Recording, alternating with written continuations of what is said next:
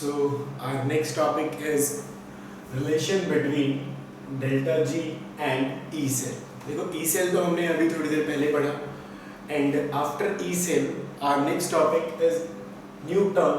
This is called delta G जो हमने 11th में पढ़ा है, that is known as gives free energy.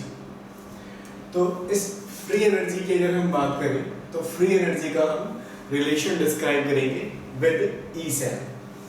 ये free energy होती क्या है? This gives free energy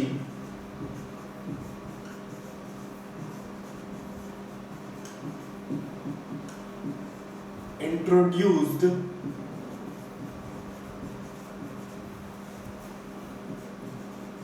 the spontaneity of reaction. Gives free energy का काम क्या होता है? रिएक्शन की स्पॉन्टेनिटी को इंट्रोड्यूस करना. Now what is spontaneity? See when we will talk about spontaneity, spontaneity का मीनिंग होता है कि प्रोसेस कंटिन्यूअसली हो रहा है और itself, like you can say the process which takes place itself. It means you don't need to provide any energy for the completion of this process. So this process is known as spontaneous process. और अगर किसी process को मुझे या किसी reaction को कराने के लिए मुझे एनर्जी प्रोवाइड करनी पड़ रही है तो such reactions are known as non spontaneous. तो हम डेल्टा जी के मैग्नीट्यूड से डिसाइड करते हैं कि रिएक्शन स्पॉन्टेनियस होगा या नॉन स्पॉन्टेनियस होगा. तो हमने 11th में पढ़ा है कि डेल्टा जी अगर नेगेटिव होता है तो प्रोसेस स्पॉन्टेनियस मानी जाती है. डेल्टा जी अगर पॉजिटिव होता है तो नॉन स्पॉन्टेनियस मानी जाती है.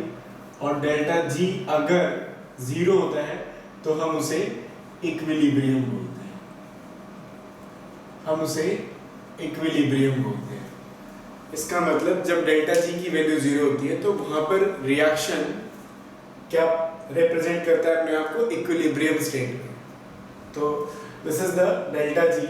अगर हम बात करें इसके फॉर्मूले की तो इसका फॉर्मूला होता है delta G is equal to minus N F E cell, where E cell is, you already knew about this E cell. This E cell is cell potential of salt bridge, और you can say कि एक complete cell के अंदर जो cell potential आपने calculate किया है जिसको हम ई सेल बोलते हैं. और this F is called Faraday constant. और फेराडे कांस्टेंट की जो वैल्यू होती है that is equal to 96500 coulomb for 1 mole electron. अब 1 मोल इलेक्ट्रॉन की अगर हम बात करें तो 1 mole electron is equal to total Na electron. Na is Avogadro number as per the mole concept. So each electron has charge 1.6 into 10 की power minus 19 coulomb, which is multiplied by this Avogadro number 6.022 into 10 to the power 23. Then you will get 96500 coulomb. That is approximate value of 1 Faraday. This is the F, and this N is called electron cancelled out in redox reaction. जो भी हम cell reaction करेंगे उस cell reaction में redox reaction का role होगा, और उस रिडॉक्स रिएक्शन में जो इलेक्ट्रॉन कैंसिल आउट होते हैं उन्हीं को हम N कंसीडर करते हैं. तो this delta G becomes negative when E cell becomes positive. अगर E cell की वैल्यू पॉजिटिव आती है तो डेल्टा जी नेगेटिव आएगा. अगर E cell की वैल्यू नेगेटिव आती है तो डेल्टा जी पॉजिटिव आएगा. और अगर E cell जीरो आता है तो डेल्टा जी इक्विलिब्रियम में माना जाएगा. तो ये 3 कंडीशंस होती है आपकी रिएक्शन की स्पॉन्टेनिटी को प्रेडिक्ट करने के लिए कि रिएक्शन स्पॉन्टेनियस है, अपने आप हो रहा है, या फिर रिएक्शन को कंप्लीट करने के लिए मुझे एनर्जी लगानी पड़ रही है, या फिर रिएक्शन इक्विलिब्रियम में है. तो ये डेल्टा जी को रिप्रेजेंट करता है. Now we are going to differentiate between delta G and E cell. So the next topic is difference between Gibbs free energy and E cell.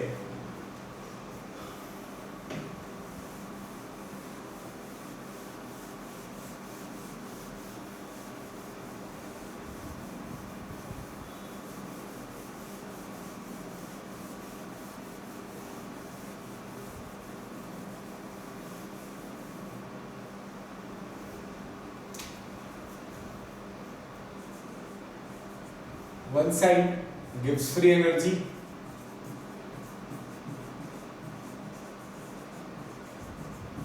and on another side you may write down E cell.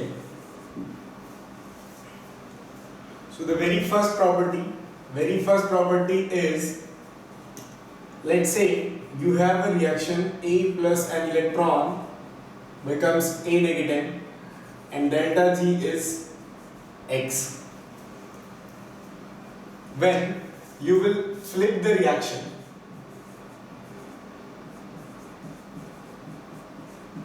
your reaction becomes A negative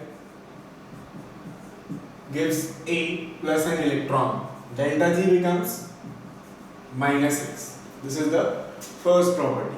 Same as it is with E cell, like if you have a reaction A plus losing an electron, E of A to A positive is X, and if reaction get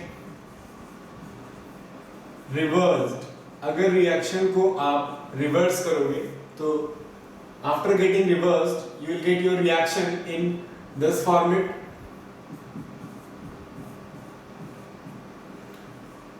the potential becomes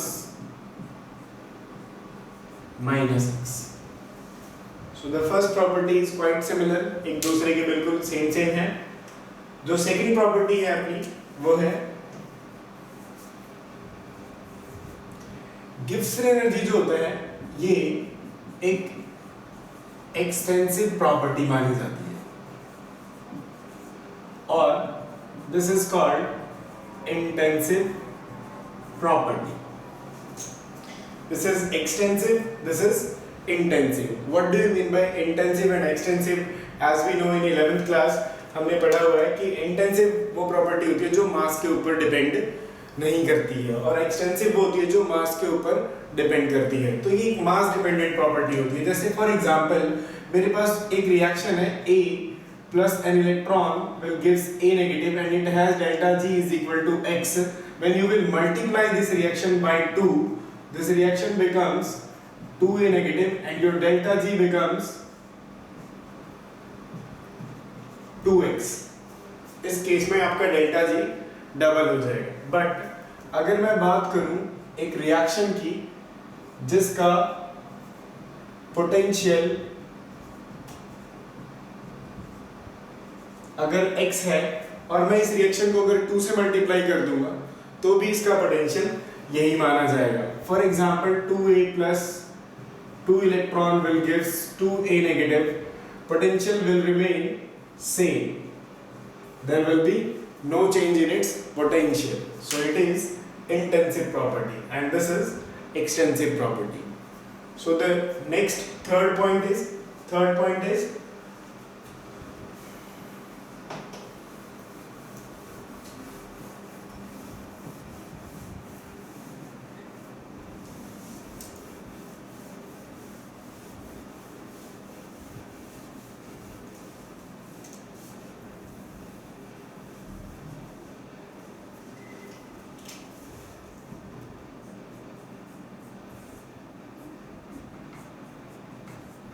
it is additive in nature.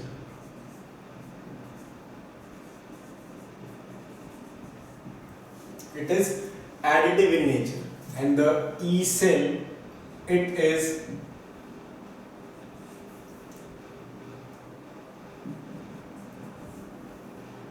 is non-additive in nature.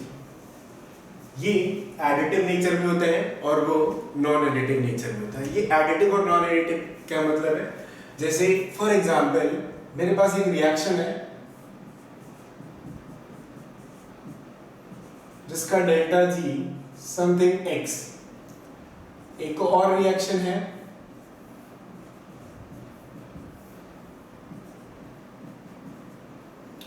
जिसका delta G मेरे पास y है.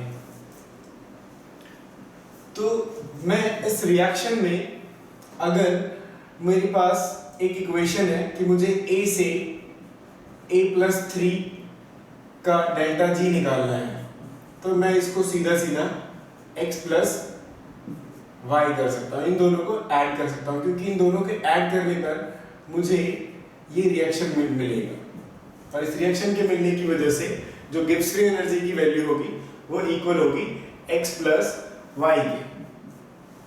But E cell में ऐसा नहीं होता, E cell में ऐसा नहीं होता। देखिए कि अगर मैं बात करूं A से A plus plus an electron, तो इसका अगर E1 suppose x volt x है और मेरे पास एक रिएक्शन है A plus 2 A plus 3 plus 2 electron, इसका E2 y है, तो मेरी फाइनल रिएक्शन होगी A to A plus 3 plus 3 electron, but E3 is not equal to this x plus y। अब ये कैसे पॉसिबल हो सकता है? देखो अभी हमने लास्ट जब सेल रिएक्शन की डिस्कशन करी थी तो वहां पर हमने पढ़ा था कि ई सेल जो होता है वो इक्वल होता है EOP प्लस ERP। वहां पे हमने इसे सीधा सीधा ऐड किया, तो हम उस बात पर अभी रिपीट आएंगे कि ऐसा हमने वहां पे क्यों किया, जबकि यहाँ पर हम ये बोल के चल रहे हैं कि ये नॉन एडिटिव होता है। अब अगर ये नॉन एडिटिव है तो फिर उसका एडिशन उस EOP प्लस ERP कैसे हुआ, हम उसको भी प्रूव करेंगे। बट सबसे पहले हम ये देखते हैं कि इन तीनों का, अगर मुझे इन तीनों रिएक्शंस में अगर मुझे इन दोनों का पोटेंशियल पता है और मुझे इसका पोटेंशियल निकालना है तो मैं कैसे फाइंड आउट करूँगा। लेट्स सी, इसका E1 सपोज करो कि this E1 is 2 volt, this E2 is 3 volt और मुझे इसको फाइंड आउट करना है, तो this is not equal to 5 volt. हम इसको सीधा सीधा ऐड नहीं करेंगे। देखो आप इस रिएक्शन को ध्यान से देखो, यहाँ पे ये ऑक्सीडेशन कर रहा है और ये भी ऑक्सीडेशन कर रहा है, यहाँ पे दोनों ही ऑक्सीडेशन रिएक्शन है। और हमारे पास जो सेल होता है उसमें एक ऑक्सीडेशन होता है और एक रिडक्शन होता है, तो हम क्या करते हैं कि OP प्लस RP करते हैं। चलो ठीक है, मान लिया कि मैंने इसको इन्वर्स किया, इन्वर्स करने के बाद मैं इन दोनों को डायरेक्ट ऐड कर दूं, तो मैं उस केस में भी इसे डायरेक्टली ऐड नहीं कर सकता, क्योंकि सबसे पहले मुझे ये देखना है कि ये इलेक्ट्रॉन्स बराबर है या नहीं, क्योंकि जो अगर मैं इसे इन्वर्स करता हूँ तो मुझे मिलेगा एक एनोड और एक कैथोड। तो अगर एक एनोड और एक कैथोड मिलेगा तो उन दोनों को मर्ज करके मुझे एक रिडॉक्स रिएक्शन मिलेगा। और हर रिडॉक्स रिएक्शन की एक इंपॉर्टेंट प्रॉपर्टी होती है कि उसके अंदर एक भी इलेक्ट्रॉन बचता नहीं है, जितने भी इलेक्ट्रॉन्स होते हैं वो सभी के सभी कैंसिल आउट हो जाते हैं। इट मींस हमें सबसे पहले तो ये देखना है कि वहां पर हमने क्यों ऐड किया और यहाँ पर हम इसको सॉल्व कैसे करेंगे। देखो इसको पहले कैसे सॉल्व करेंगे वो देखते हैं। अगर मैं इसका डेल्टा G1 निकालूं तो this is equal to, n की वैल्यू 1 है, एक इलेक्ट्रॉन है, तो मैं बोल सकता हूं माइनस ऑफ F E1, और इसके डेल्टा G2 को मैं ये बोल सकता हूं कि इलेक्ट्रॉन की वैल्यू 2 है तो minus 2F E2,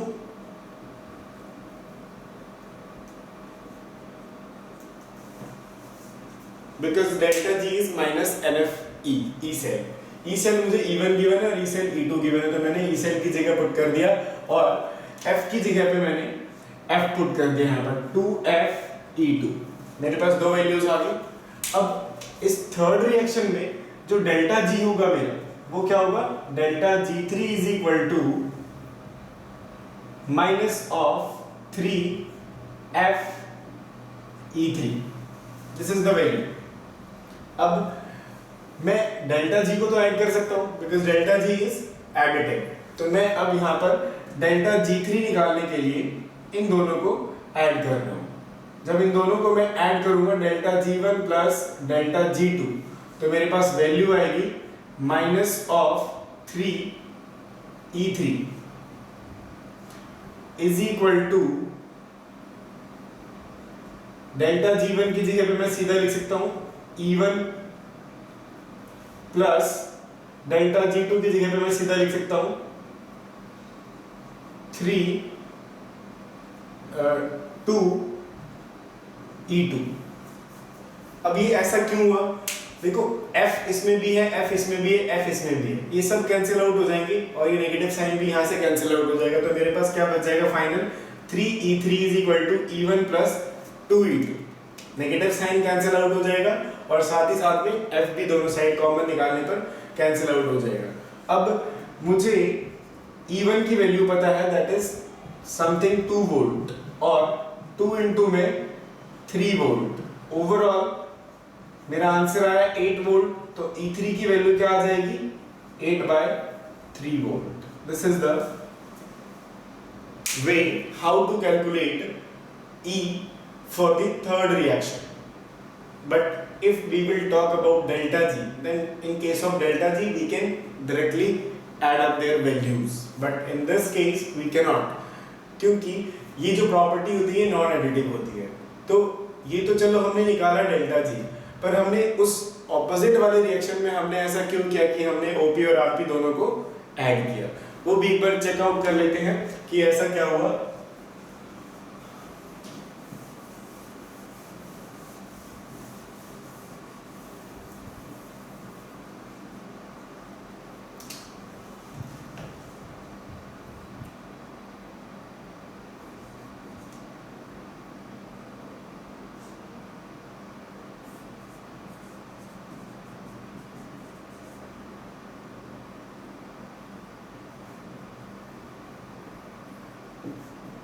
E cell is equal to OP, or you can say this is OP, oxidation potential, or N is equal to 2 for this reaction. This is solid, this is aqueous, and this reaction is anode. This reaction is anode or oxidation half. In another hand,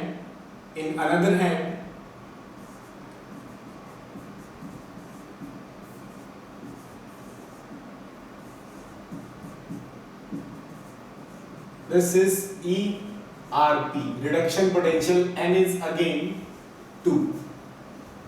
तो हमारे पास इन दोनों value को मुझे direct add करना होता है। हम क्यों ऐड करते हैं, इसके पीछे देखो रीजन क्या होता है। देखो इसका अगर मैं डेल्टा जी निकालता हूं तो that is equal to -2 F EOP, और अगर मैं इसका डेल्टा जी निकालता हूं, suppose this is G1, this is G2, delta G becomes -N(2) F ERP, यहाँ पे रिडक्शन हो रहा है तो ERP। अब इन दोनों रिएक्शन को मैं मर्ज कर दूं, और मर्ज करने के बाद मैं इलेक्ट्रॉन कैंसिल आउट कर रहा हूं और मैं ओवरऑल रिएक्शन लिख रहा हूं zinc solid plus Cu2 plus aqueous will gives Zn2 plus aqueous plus copper solid, and electron cancelled out is equal to once again 2. So the delta G3 becomes minus of 2Fe cell for the third reaction. Now what we are going to do, we are going to add this delta G3, delta G1 plus delta G2. When we will add up these values, once again what will happen, ये दो और ये साथ में F with their negative sign वो सब cancel out हो जाएंगे, और उनके कैंसिल आउट होने पर मेरे पास इधर बचेगा सिर्फ E सेल, और इधर बचेगा E of OP, और इधर बचेगा E of RP। तो हम इसलिए यहाँ पर ऐड करते हैं क्योंकि इलेक्ट्रॉन्स की वैल्यू हमारे पास इक्वल आ रही है, और एक रिडॉक्स रिएक्शन हमेशा बैलेंस्ड फॉर्म में होगा क्योंकि वहाँ पर इलेक्ट्रॉन को मुझे कैंसिल करके चलना पड़ेगा। पर इस रिएक्शन में ऐसा नहीं था। अगर मैं इसी रिएक्शन को रिडॉक्स में कन्वर्ट करता तो मैं किसी भी एक रिएक्शन को रोटेट करता, फ्लिप करता तो इसके पोटेंशियल में चेंज आता, और साथ ही साथ में इसके मोल्स में भी चेंज आता, क्योंकि मुझे इलेक्ट्रॉन्स को बैलेंस करना होता। और उसके बाद फिर अगर मैं दोबारा से सेम प्रोसेस अप्लाई करता तो once again we will get the same answer. Because reason क्या है, क्योंकि हम वही चीज यहाँ भी कर रहे हैं और वही चीज यहाँ भी कर रहे हैं, बट तरीका थोड़ा सा अलग है। बट हम ये बोल सकते हैं कि ये कभी डायरेक्टली ऐड नहीं किया जाता। ये इसलिए ऐड किया जाता है क्योंकि ये प्रोसेस कंप्लीट इस फॉर्मेट में होती है, क्योंकि इलेक्ट्रॉन्स बराबर होते हैं। तो बेसिकली जब कभी भी ई सेल निकालने का कंसेप्ट है तो आपको EOP प्लस ERP ऐड करना है, और अगर आपके पास डेल्टा G निकालने का कंसेप्ट है तो आपको डेल्टा G को आप माइनस NF ई सेल से कैलकुलेट कर सकते हो। F फैराडे कांस्टेंट होता है जिसकी वैल्यू 96500 कूलम होती है। N is electron and E cell is the cell potential of electrochemical cell।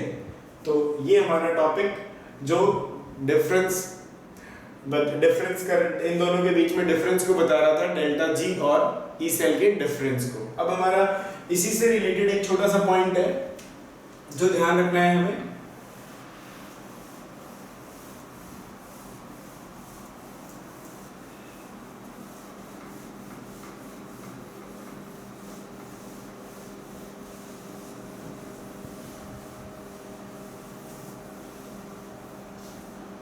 तो हमें जो ध्यान रखना है वो क्या ध्यान रखना है, देखो डेल्टा G हमने पढ़ा माइनस NF ई सेल होता है। अगर यही चीज मैं स्टैंडर्ड कंडीशन डाल दूं तो स्टैंडर्ड कंडीशन पे ये बन जाएगा delta G naught, this is NF E naught cell. In this case E cell is equal to OP plus RP, and in this case this E naught cell is equal to SOP plus SRP, standard oxidation potential plus standard reduction potential। तो ये दोनों अलग अलग conditions के लिए, ये normal condition और ये एक standard condition. This is the first point जो आपको ध्यान रखना है। द सेकंड पॉइंट इज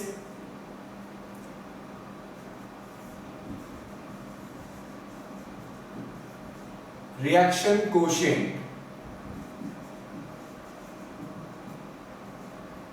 जिसे QC से रिप्रेजेंट किया जाता है। For example let's say I have a reaction Zn plus Cu2 positive will give Zn2 positive plus copper, then QC is equal to concentration of Zn2 plus copper upon में copper 2 positive और Zn, जिसमें से हम इन दो values को यहां से 1 मान लेंगे, because these two value is equal to 1, these two value is equal to 1। what is the reason? हमने इक्विलिब्रियम में पढ़ा है कि सॉलिड और लिक्विड का जो एक्टिव मास होता है, active mass that is equal to 1। Solid का एक्टिव मास किसके इक्वल होता है? 1 के इक्वल होता है। Active mass stand for the concentration जो आप स्क्वायर ब्रैकेट से रिप्रेजेंट कर रहे हो। तो QC is this is the second point. The third point is at equilibrium